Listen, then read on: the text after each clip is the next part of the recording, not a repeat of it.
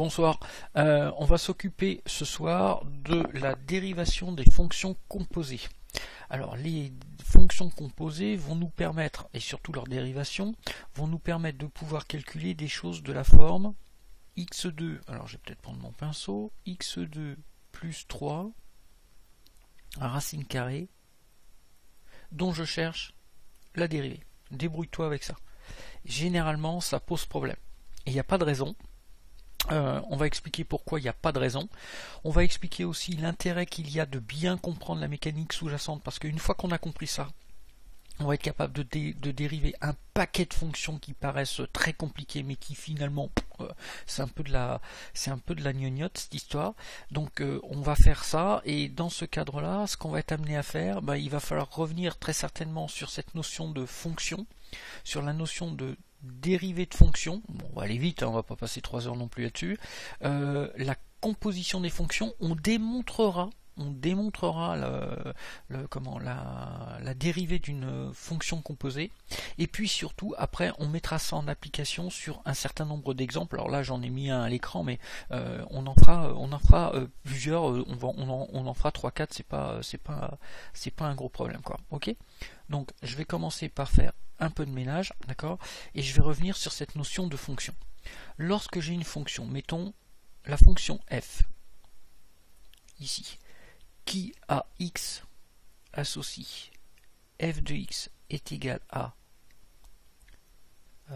3x2 plus 3, d'accord, on comprend bien que f ici c'est la fonction et que f de x ici c'est une valeur. Ça a l'air débile, mais ça va mieux en le disant. F c'est une fonction, c'est quelque chose qui opère, qui fait une opération. F de x est une valeur. F de x ça vaut 3, 4, 5,2, pi sur 2, je m'en fous. C'est une valeur. Donc il ne faut pas confondre la notion de fonction et notion de valeur de la fonction en un point. Ok ?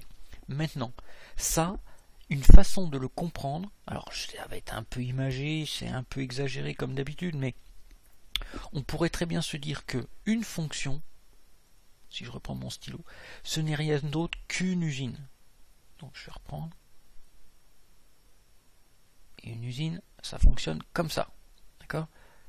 Mon usine, je vais l'appeler F, comme factory en anglais. Et je vais lui donner des trucs à manger. Si je lui donne un 5, en sortie, j'aurai f de 5. Alors, ne me demandez pas ce que c'est que f de 5. Ça se trouve, f de 5, c'est un truc qui prend le 5 et qui le multiplie simplement par 2. Ça vaut ce que ça vaut, mais c'est une fonction. Ou alors, c'est une fonction qui prend la valeur et qui la divise par 2, ou qui l'élève au carré, ou qui en fait ce qu'elle veut. Donc, c'est une usine, d'accord ? Et on voit bien encore ici que ici, ça c'est mon usine, et ça c'est la valeur associée à ce 5 là. La meilleure expression, un autre exemple, c'est que si je lui rentre un 3, il va me sortir f de 3. Si je lui rentre un carré, il va me sortir f de carré. Et ce qui peut se passer de temps en temps, c'est que je vais présenter en entrée de l'usine un truc qui rentre pas dans l'usine. Et malheureusement, je ne vais pas pouvoir être capable de calculer le f de cet énorme rectangle. Et ça, pourquoi j'insiste là-dessus? Tout simplement parce que c'est là où on s'embête à calculer ou à déterminer les ensembles de définition, tout simplement parce que il y a des valeurs, par exemple le grand rectangle rouge là, je ne vais pas pouvoir les introduire dans mon usine. De la même façon, si j'ai une fonction qui fait 1 sur x, si je fais 1 sur x, et si je lui donne à manger la valeur 0, je ne vais pas être capable de calculer f de 0, parce que ça voudrait dire que je suis en train d'écrire une absurdité, enfin un truc monstrueux qui s'appellerait 1 sur 0, et ça on sait très bien que ça fait vomir les profs de maths, c'est interdit, on n'a pas le droit de le faire, on n'a même pas le droit d'y penser. Donc, il faut absolument réfléchir sur les ensembles de définitions. Donc, en gros, une fonction, ce n'est rien d'autre que une usine qui prend n'importe quoi en entrée, n'importe quoi dans l'ensemble de définition et qui le transforme selon un algorithme bien précis. D'accord? Bon. Une fois que j'ai bien compris cette notion de fonction, on pourrait essayer d'aller un petit peu plus loin et de se dire, hey, soyons malins. Alors je vais nettoyer mon tableau. Je vais peut-être enchaîner deux fonctions les unes à la suite des autres. Bah oui, un petit peu comme dans un processus industriel, pour monter un moteur de voiture, je vais commencer par monter le bas du moteur, puis après je vais ajouter le haut du moteur. Bon, on va enchaîner les opérations. Qu'est-ce qui va se passer? Si on prend un processus industriel, bon, je vais prendre une opération, je vais avoir une première usine, que je vais appeler G. Non, ça ne veut pas dire garage, mais c'est pas grave, hein. C'est juste parce que je vais utiliser deux fonctions qui s'appellent f et g. Et là, si je lui donne à manger un 5, ici je vais avoir g de 5. Pour peu que g de 5 soit dans l'ensemble de définition de f, derrière j'aurai f de g de 5. Ce qui est important de bien comprendre, c'est que g de 5 c'est une valeur, 3, 4, 8, 12, n'importe quoi, d'accord? Et je le donne à manger à f. Donc f reçoit une valeur qui vaut 3, 8, 12, puis c'est n'importe quoi.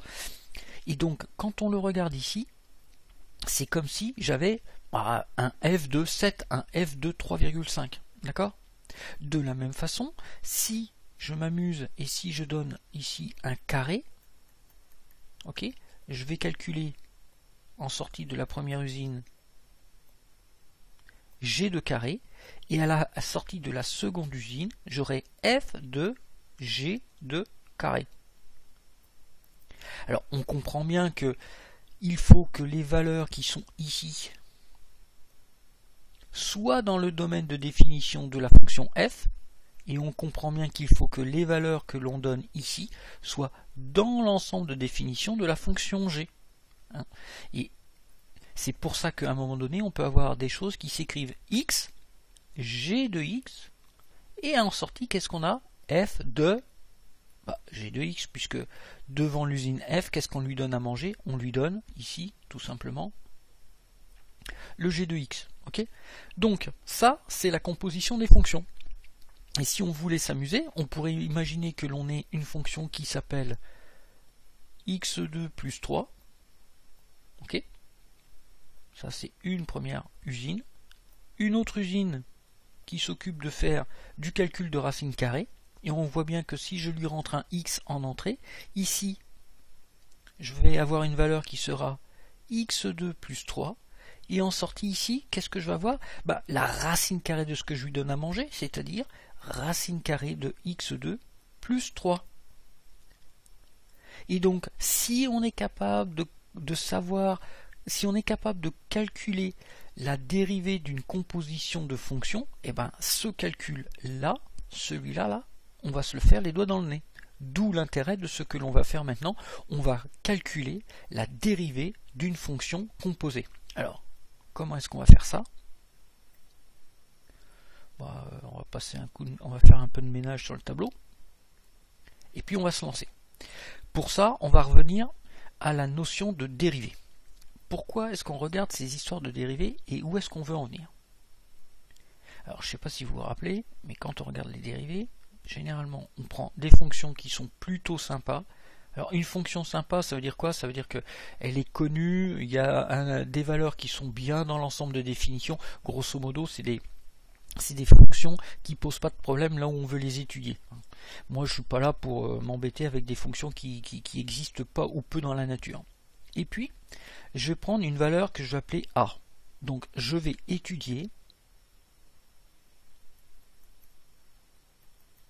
Donc, je vais étudier la dérivée de la fonction f au point A.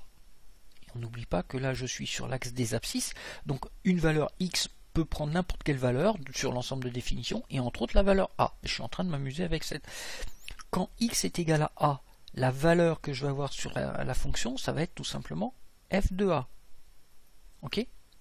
Et maintenant, ce que je voudrais étudier, c'est la dérivée en ce point-là.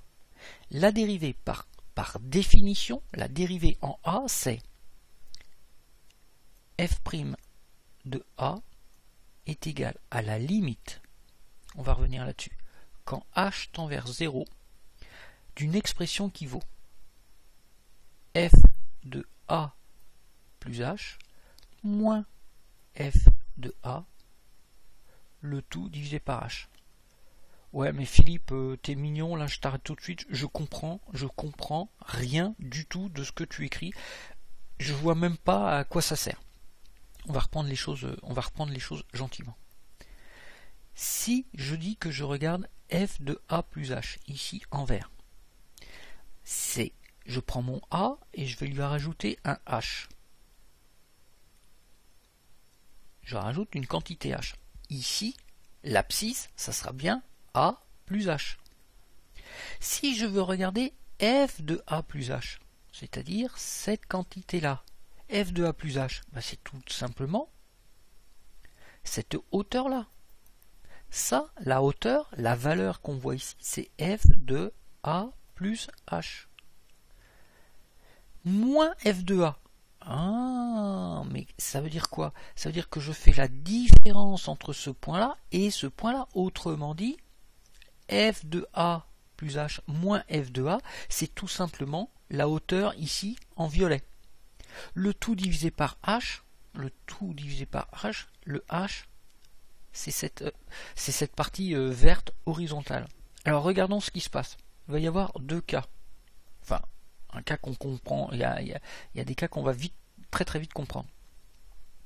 Je vais prendre des cas un petit peu bizarres.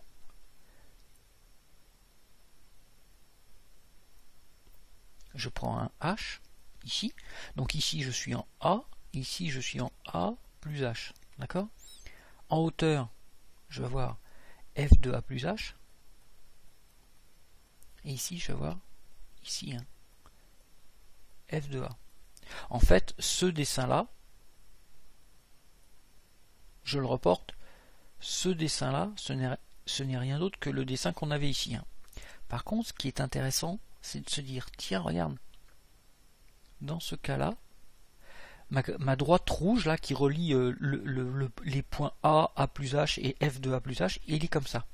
Mais je pourrais très bien avoir un autre cas où, avec le même A et le même H, donc je vais avoir mon A ici, mon H là, mon A plus H ici, bah tout simplement, j'ai un F de A plus H qui est beaucoup moins haut que le F de A plus H précédent. Autrement dit, si je dois aller faire du vélo cet été, est-ce que je vais le faire ici ou est-ce que je vais aller le faire ici?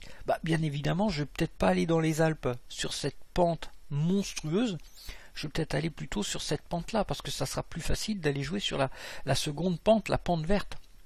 Et en fait, la qualité qui me permet de dire tiens, ma pente est plus ou moins pentue, c'est simplement le fait que sur un H donné, c'est-à-dire sur une quantité, une longueur ici, H donné, je vais monter plus ou moins haut, donc là je monte beaucoup, sur un H donné, c'est la même hauteur, c'est la même longueur, je vais avoir une hauteur beaucoup plus petite. Et on voit bien que si ma dérivée est très grande, ça veut dire que je monte très vite, d'accord? Et si ma dérivée est faible, ça veut dire que je ne monte pas. Et à la limite, on pourrait avoir des cas exceptionnels où on aurait une hauteur qui serait nulle. Tout simplement parce que f de A plus H et f de A, ça serait exactement les mêmes valeurs. Donc là, on serait sur le sol. Donc ça, par définition, donc je reviens sur cette notion de définition. Ici, je vais faire un peu le ménage. Quand on veut faire le calcul d'une dérivée, c'est exactement ça. Hop, je fais le ménage ici et ici. D'accord? Donc, la dérivée en un point,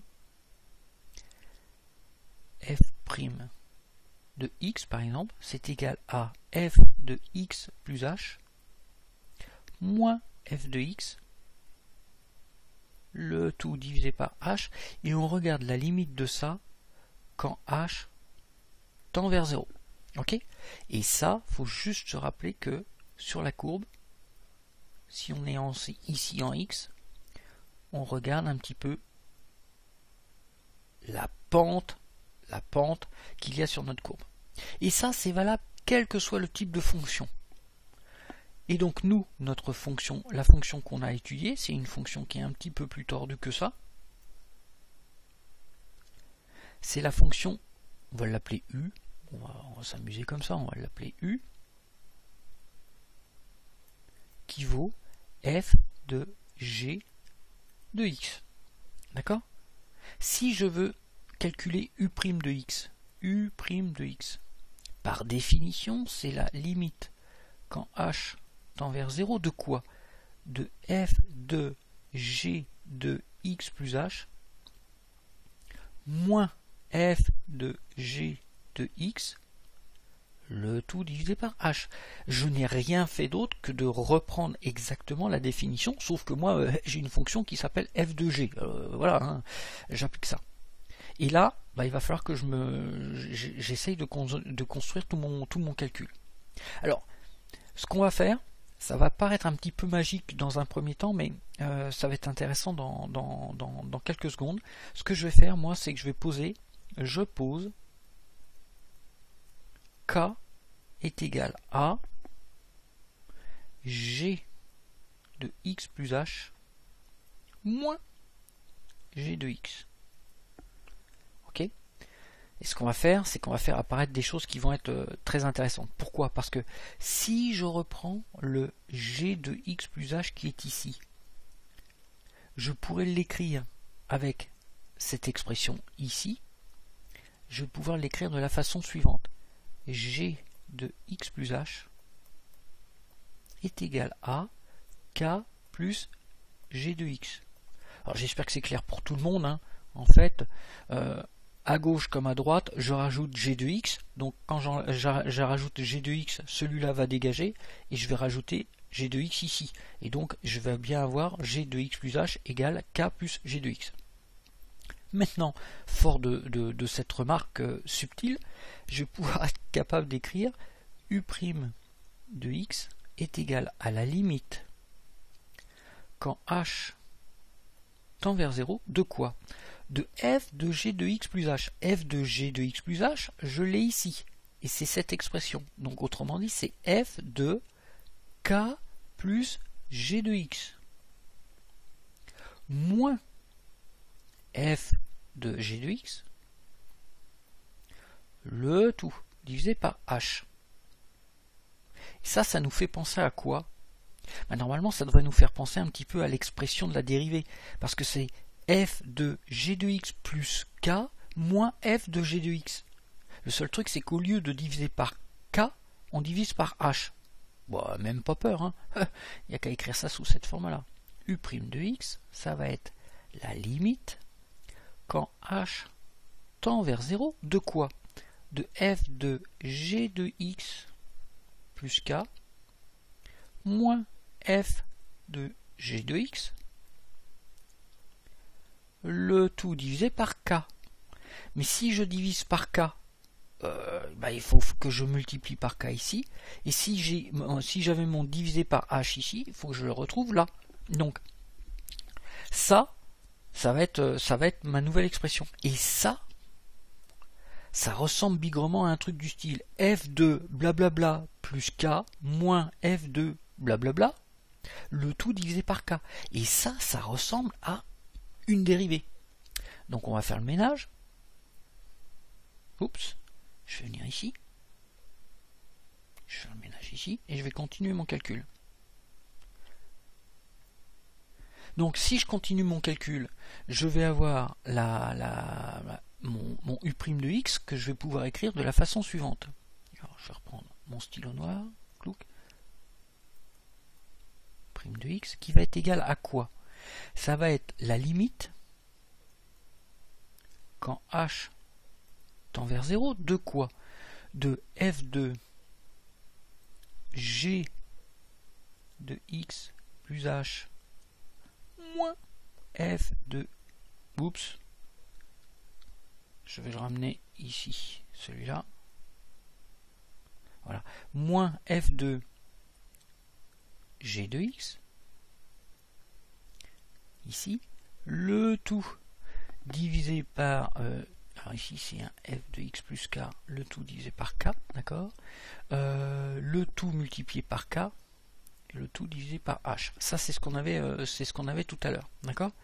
Mais quand h tend vers 0, on va avoir k qui tend vers 0. Pourquoi? Car on avait un truc qui valait k est égal à g de x plus h moins g de x. Et toujours pareil, hein, si j'ai une fonction qui est sympa, que j'ai mon x qui est ici et que j'ai un x plus h qui est ici, on voit bien que si h tend vers 0, le k,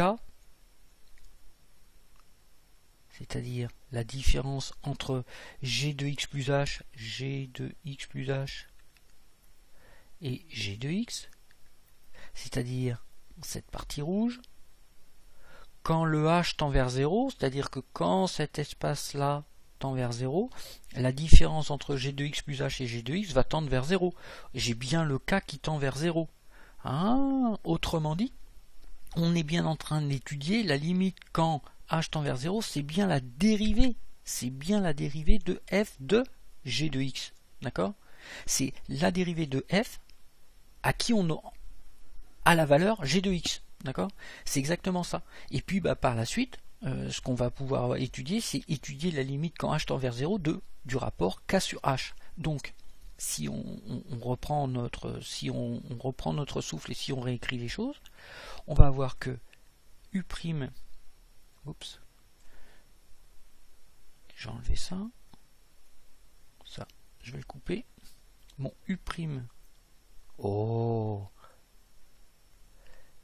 u' de x est égal à la limite quand h tend vers 0 de f de g de x plus k moins f de g de x, le tout sur k, multiplié par la limite quand h tend vers 0 du rapport de k sur h. D'accord? Parce que ici, je vais bien pouvoir séparer les combattants, puisque je vais avoir la limite d'un produit, c'est le produit des limites. D'accord? Parce que j'ai pas de gros soucis avec ma fonction. Mais ça, ce truc-là, ce n'est rien d'autre que, par définition, f' de g de x. D'accord? Et ce truc-là, qu'est-ce que c'est? Mais ça, je vais pouvoir l'écrire d'une autre façon. Et on va le revoir ici. Donc, je vais faire le ménage. Toc. Donc si je réécris les choses telles que je les avais, je vais avoir... Je fais bien attention de reprendre mon pinceau. U' de x qui vaut quoi? Qui vaut, on l'a dit, f' appliqué à la valeur g de x. Faut pas oublier, hein, g de x, c'est une valeur 8, 12, 14, pi sur 2. Hein, multiplié par la limite quand h tend vers 0 de k sur h. Ça, c'est ce que j'avais dit tout à l'heure. Mais rappelez-vous, k, qu'est-ce qu'on avait dit? On avait dit que c'était g de x plus h moins g de x. Autrement dit, u' de x, il est égal à quoi? Il est égal à f' appliqué à la valeur g de x multiplié par la limite quand h tend vers 0 de g de x plus h moins g de x, le tout divisé par h. Mais ça, c'est quoi? Ce n'est rien d'autre que, par définition, la dérivée de g'. Autrement dit, on va avoir un résultat qui dit que la dérivée u' de x, d'accord, c'est f' de g de x multiplié par g' de x. Et je rappelle, hein, on avait u de x égale f de g de x. Ben ça, il faut vraiment bien le comprendre, et ça, c'est vraiment important. Le reste, la plupart des dérivés qu'on nous demande d'apprendre par cœur, c'est de la gnognotte, ça sert strictement à rien. Mais comprendre ce mécanisme-là, c'est vraiment, vraiment, vraiment important. Ok? Donc, une fois qu'on a vu ça, bah ouais, on est peut-être impressionné par la démonstration, mais il va falloir qu'on mette ça en application parce que sinon on va jamais s'en sortir. Donc comment est-ce qu'on va faire ça? Il n'y a pas à tortiller, il va falloir faire des exos. Moi je connais pas d'autre solution. Donc je nettoie mon tableau. Ok. Je vais le nettoyer aussi ici. Donc, et puis ici aussi. Et puis chose promite, chose due. On avait dit qu'on allait étudier dans la joie et la bonne humeur la dérivée d'une fonction qui s'appelle racine carrée de x2 plus 3. Donc quand je tire une barre verticale, hein, ça veut dire dont je cherche la dérivée. D'accord? Et ça, comment je fais? Bah, on a dit tout à l'heure que c'était de la forme. Je vois bien que tout se passe comme si je faisais la dérivée d'un gros x, où on aurait un gros x qui vaudrait x2 plus 3. Donc c'est bien la fonction f qui ferait racine carrée qu'on serait en train d'appliquer à une autre fonction qui ferait x2 plus 3. Donc c'est bien f de g de x, racine carrée de x2 plus 3. Et ça, qu'est-ce qu'on a dit tout à l'heure? Alors je vais le rappeler ici, hein. La dérivée de cet engin-là, c'est f' appliqué à la valeur de g de x multiplié par g' de x.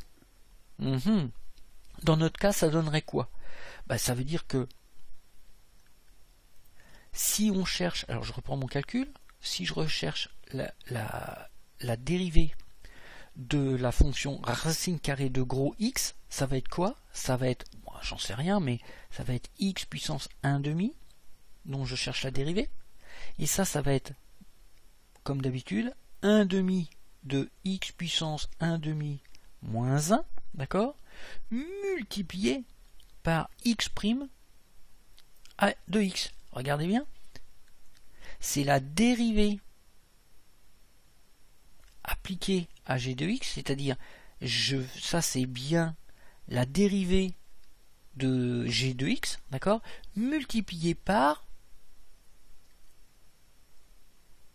g' de x. D'accord? Donc, si je reprends et si je développe mon calcul, qu'est-ce que je vais être amené à écrire? Je vais être amené à écrire que c'est 1/2 de x2 plus 3 à la puissance moins 1/2, hein, 1/2 moins 1/2 ici, hein, 1/2 moins 1/2 ça fait moins 1/2, multiplié par 2x. Ouais, allez-y, faites-moi un procès. x2 plus 3, si je prends la dérivée, c'est la dérivée de cet engin-là, c'est simplement 2x. D'accord? J'ai pas de dérivée en 3 et ça me fait ça. Bon, bah après, une fois que j'ai fait ça, je vais pouvoir m'amuser, enfin m'amuser si on veut. Le 1/2 va se simplifier avec le 2 ici, d'accord? Et il va me rester un truc du style 1 sur x2 plus 3 racine carrée par x, c'est-à-dire x sur racine carrée de x2 plus 3. Ok? Le plus important dans cette histoire-là,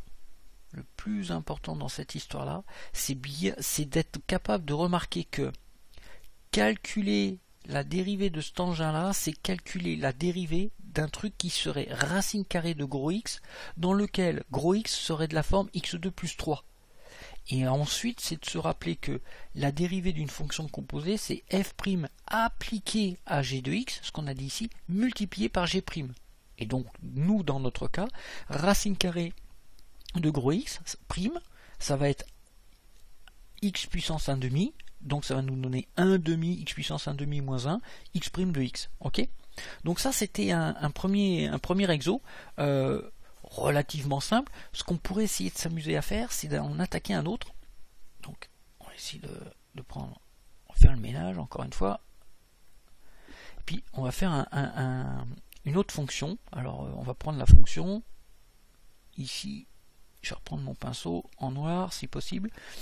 Je vais écrire u de x est égal à 1 sur 3x2 moins 5.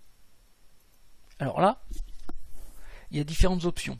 On pourrait très bien dire que c'est f sur g et que la dérivée de cet engin-là, c'est f' moins g' f, le tout sur g2. Ok. Ok. Si vous voulez, amusez-vous à faire ça. Vérifiez le résultat. Par contre, ce qu'on pourrait s'amuser à se dire, c'est non. En fait, moi, la façon dont j'interprète les choses, c'est un truc qui s'écrit sous la forme 1 sur gros X de X, avec mon gros X de X qui vaudrait 3x2 moins 5. Ok. Ben, on va s'amuser à dériver cet engin-là.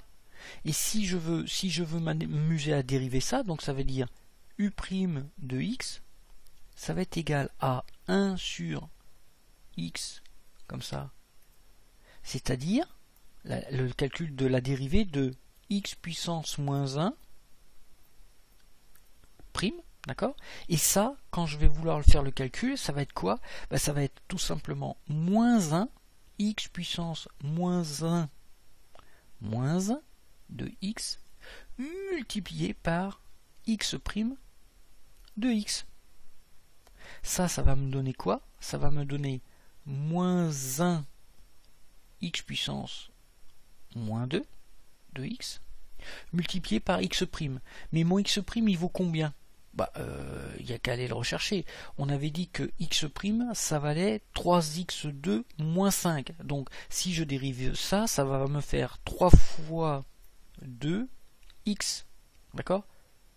Donc ici, je vais avoir moins 1. Alors, moins 1 sur x au carré de x. Le tout multiplié par 6x. Ça va être encore égal à un truc du style moins 1 sur 3x2 moins 5 au carré multiplié par 6x. Bon, bah, le 6x, je vais le mettre comme ça. Et ça, c'est bien le résultat. Donc directement, ça c'est ma dérivée, hein, égale u' de x. Encore une fois, hein, la chose la plus importante, c'est de se dire, ce truc-là, je le considère comme x de x, gros x, g de x, Zorg de x, Boobagum de x, que vous voulez. Et une fois qu'on a ça, c'est de se dire, ah tiens, ça se comporte comme x puissance moins 1 par exemple, et donc ça me fait moins 1, x puissance moins 1 multiplié par x'. D'accord? Ok, très bien. Prenons un autre exemple. Encore et toujours, de toute façon, je ne connais pas d'autre solution. Prenons la fonction, alors je vais reprendre mon pinceau noir, ici, on va prendre la fonction qui s'exprime sous la forme exponentielle de 2x3 plus 4. Et ça, j'en cherche la dérivée. Bah, je peux tout de suite me dire, ah, mais ça ressemble à un truc du style e de gros x prime. La dérivée de cet engin-là, si j'ai la dérivée de e de x, moi je sais que c'est e de x. Donc moi ici, je vais dire que la dérivée de e de gros x, ça va être quoi? Ça va être e de gros x, mais j'oublie pas de multiplier par x' de x. Et au final, mon calcul, ça va me donner e de 2x3 plus 4, d'accord, multiplié par x', ben, c'est-à-dire 2x3 plus 4 dérivé. la dérivée de ce truc là, c'est e de 2x3 plus 4 multiplié par 2 fois 3, 6, ça me fait 6x 2. Hein, parce que j'ai un 3 moins 1, ça fait 2. Et au total, ma dérivée complète, ça va être tout simplement 6x2 multiplié par e de 2x3 plus 4. Et là, j'ai terminé. Donc on voit que je ne perds pas 3 heures à faire mes calculs. Il faut juste, encore une fois, bien identifier que ce truc-là, c'est un e de x. Et après, c'est la dérivée de f de gros X multiplié par la dérivée de x'. Voilà, c'est terminé. Je propose qu'on fasse un dernier exemple, qui pour le coup est vraiment un exemple intéressant, dans la mesure où alors attends, je vais gommer ici, voilà. C'est une fonction qui s'écrit sous la forme 1 sur x2 moins 4. Et ça, j'en veux la racine carrée. Comment est-ce que je vais calculer la dérivée de cet animal-là? Pas évident, pas évident. En fait, la première chose, c'est de se dire, mais non, c'est relativement simple. Il n'y a qu'à se dire que c'est, on cherche la dérivée d'un truc qui serait gros X racine carrée de gros X. D'accord? Et ça, c'est rien d'autre que calculer la dérivée de X puissance 1 demi prime. D'accord? Et ça, c'est tout simplement 1 demi de gros X puissance 1 demi moins 1, d'accord, multiplié par x' de x. Je rappelle, donc moi, ici, ça va me faire 1 demi de x puissance moins 1 demi, x' de x, ok. X puissance moins 1 demi, c'est 1 sur x puissance 1 demi, donc ça fait 1 demi de 1 sur x puissance 1 demi de x, multiplié par x' de x. Et x puissance 1 demi, c'est racine carrée de gros X, c'est-à-dire 1 demi de 1 sur racine carrée de gros X de x, multiplié par x' de x. Ok, très bien. Mon gros X de x, je l'avais identifié au départ comme étant 1 sur x2 moins 4. Donc, je vais donc avoir un truc du style 1 demi de 1 sur racine carrée de 1 sur x2 moins 4, ok, multiplié par x' de x. Et il faut donc calculer le x' de x. Comment est-ce que je peux faire pour calculer x' de x? Donc, on va faire le calcul intermédiaire, je vais essayer d'écrire un petit peu plus petit que ce que j'ai l'habitude de faire. X' de x, ça revient à calculer 1 sur x2 moins 4 prime. C'est encore égal à un truc qui ressemble sacrément à 1 sur gros Y de x prime. Ouais, on voit bien que mon Y de x c'est x2 moins 4. Et donc ça, c'est chercher la dérivée de Y de x moins 1 prime. D'accord? Et ça va être moins 1 Y de x puissance moins 1 multiplié par y' de x. Et ça, c'est encore égal à moins 1 y puissance moins 2 de x multiplié par y' de x. Ça va être encore égal à moins 1 sur y de x, ok, multiplié par y' de x. Et moins 1 sur y, ça va être moins 1 sur Alors je reprends, ça va être x2. Ici il me manque un carré, je crois bien. Oui, il doit me manquer un carré. Ça fait x2 moins 4, le tout au carré, d'accord, multiplié par la dérivée de mon y'. Bah, mon y', tout simplement, ça va être 2x, parce que j'ai x2 moins 4. Quand je dérive x2 moins 4, la dérivée, c'est 2x. Ça va être 2x ici. Autrement dit, je me retrouve avec moins 1 sur x2 moins 1, machin. Ok, quand je réécris tout ça, bon, bah, il faut que je reprenne ce morceau-là, et que je le réintroduise ici. Ok, donc, comment ça va se passer? Bah, bien. Hein, je vais couper ça, je vais couper ça. Et donc, si on reprend là où on en était tout à l'heure, qu'est-ce qu'on avait dit? On avait dit que, alors je vais reprendre mon pinceau noir, j'avais dit que la racine carrée de 1 sur x2 moins 4, la dérivée, on était arrivé à une expression qui valait quelque chose de la forme 1 demi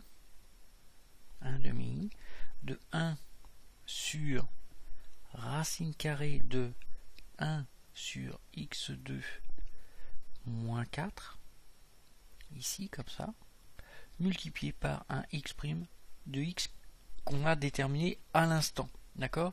Et le x', qu'est-ce qu'il valait? Donc il vaut x' de x, il est égal à moins 1 sur x2 moins 4 au carré, le tout multiplié par 2x. Autrement dit, notre dérivée, la grosse racine carrée prime, qu'est-ce qu'elle vaut? Elle vaut 1 demi, 1 sur racine carrée de 1 sur x2 moins 4, multiplié par moins 1, divisé par x2 moins 4, on a dit au carré, le tout multiplié par 2x. Là, bah, au miracle, on a le 2 qui dégage avec ce 2 là, d'accord. Il ne faut pas qu'on oublie notre x. Et on a des choses qui se ressemblent bigrement, hein. x2 moins 4 ici et x2 moins 4 ici. Je sens que ça va pas mal se simplifier. Qu'est-ce qui va nous rester au bout? Il va nous rester un truc du style, à mon avis, moins x, facteur 2. Alors, le x2 moins 4 qui est ici, je vais pouvoir le faire remonter, ça va me faire un x2 moins 4 qui va valoir 1 demi, divisé par x2 moins 4 au carré. Et ça, je vais faire 1 demi moins 2, d'accord? Donc ça veut dire que la dérivée de cette grosse racine carrée, elle va valoir quoi? Elle va valoir moins x, x2 moins 4, puissance 1 demi moins 2, 1 demi moins 2, c'est-à-dire 1 demi moins 4 sur 2, c'est-à-dire moins 3 demi. Moins 3 demi. Et ça, je peux arrêter mes calculs ici, parce que généralement, ce qui m'intéresse, moi, c'est d'étudier le signe de ma dérivée pour voir si la fonction croît ou non. La chose qu'il faut retenir, c'est que si on veut retenir le truc, hein, ce qu'il faut retenir, c'est que la dérivée de f de g de x, d'accord, c'est f prime de g de x, d'accord, multiplié par g' de x. Alors moi après j'utilisais des gros x, des petits x, et c'est juste pour amuser la galerie, mais c'est vraiment ça, il faut bien comprendre que on calcule la dérivée et on considère que g de x est une valeur qu'on donne à manger à la fonction, à l'usine, d'accord. Et puis dans l'autre cas, on calcule la dérivée de g' de x directement. Et que dans le dernier cas où on avait des poupées gigang, on avait quasiment 3 niveaux de fonction, on n'a rien fait d'autre que de sortir les différentes poupées et de calculer les dérivés des dérivés des dérivés des dérivés. Encore une fois là-dessus, il n'y a pas 36 autres solutions que de faire des exercices. J'en suis désolé. Il faut vraiment en manger. J'espère que cette façon de voir les choses aura permis d'aborder le sujet de manière différente. J'essaye d'utiliser un vocabulaire un petit peu différent et une approche un petit peu différente. Dites-moi si c'est clair, si c'est pas clair, s'il faut aller plus vite, plus lentement, et puis entre temps, je pense que je vais essayer de résoudre mes problèmes de stylo parce que j'en suis pas tout à fait satisfait. Écoutez, je vous souhaite une excellente soirée. Allez, à plus, salut, ciao.